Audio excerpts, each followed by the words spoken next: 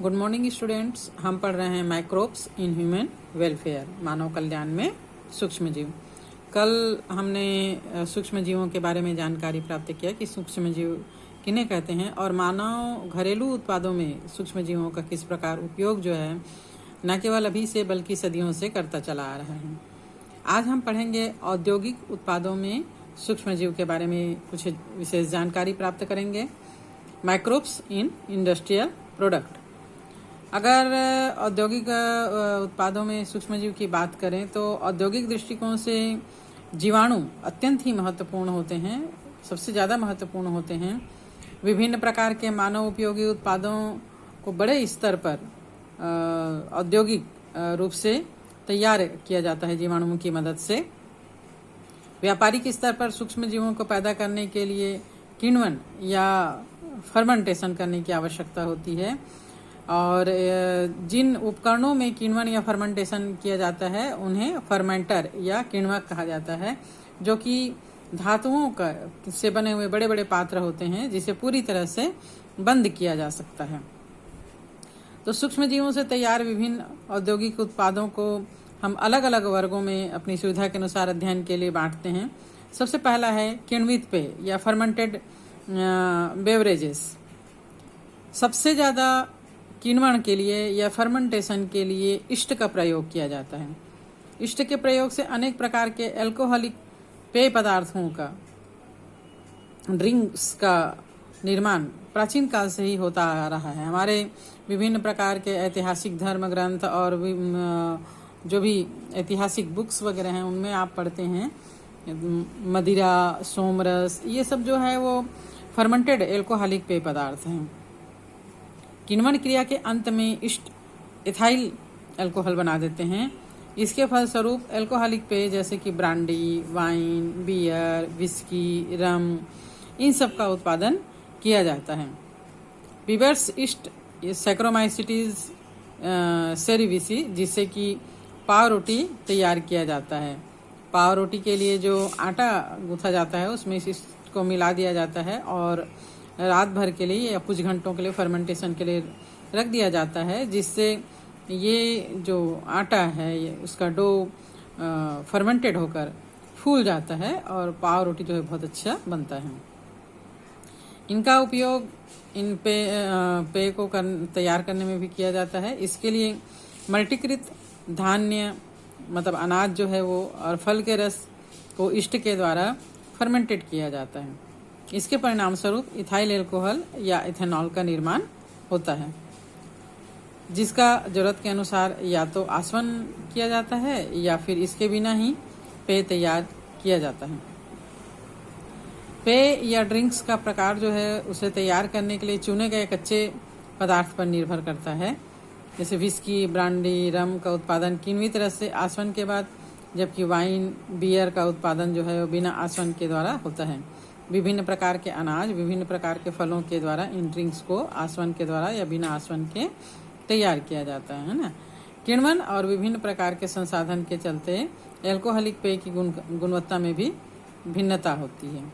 यहाँ पर किण्वन या फर्मेंटेशन के लिए कुछ उपकरण दिखाए गए हैं, फर्मेंटर और किण्वन संयंत्र दिखाए गए हैं जहाँ पर पेय पदार्थ तैयार किए जाते हैं। सेकंड सबसे मोस्ट इम्पॉर्टेंट जो है वो है प्रतिजैविक एंटीबायोटिक। एंटीबायोटिक के बारे में तो हम पढ़े ही हैं। एंटीबायोटिक किसे कहते हैं? हमारे बॉडी के अंदर जो भी सूक्ष्म जीव आक्रमण करके हमारी बॉडी को नुकसान पहुंचाने की कोशिश करते हैं, उनको मारने वाले जो घटक होते हैं उनको एंटीबायोटिक कहा जाता है, एंटीबॉडीज, है ना।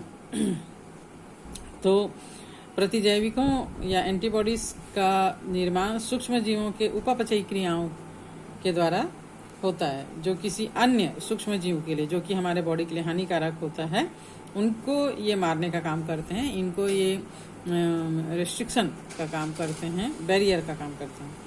इसके उत्पादन की जानकारी 20वीं शताब्दी की अत्यंत ही महत्वपूर्ण खोज है, जिसमें विभिन्न प्रकार के औषधियों का निर्माण हुआ, मेडिसिन्स का निर्माण हुआ और मानव समाज का इसके द्वारा कल्याण हुआ। एंटीबायोटिक शब्द की उत्पत्ति ग्रीक भाषा के 2 शब्दों से हुआ है। एंटी का अर्थ होता है खिलाफ, है ना, और बायोस का अर्थ होता है जीवन। तो जीवन के खिलाफ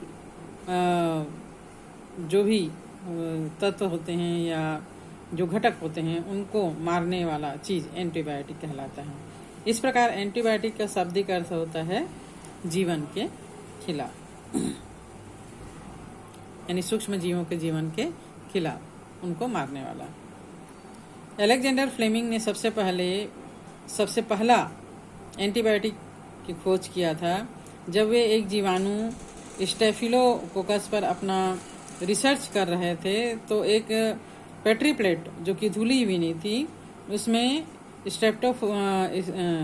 स्टेफिलोकोकस जीवाणु की वृद्धि नहीं हुई।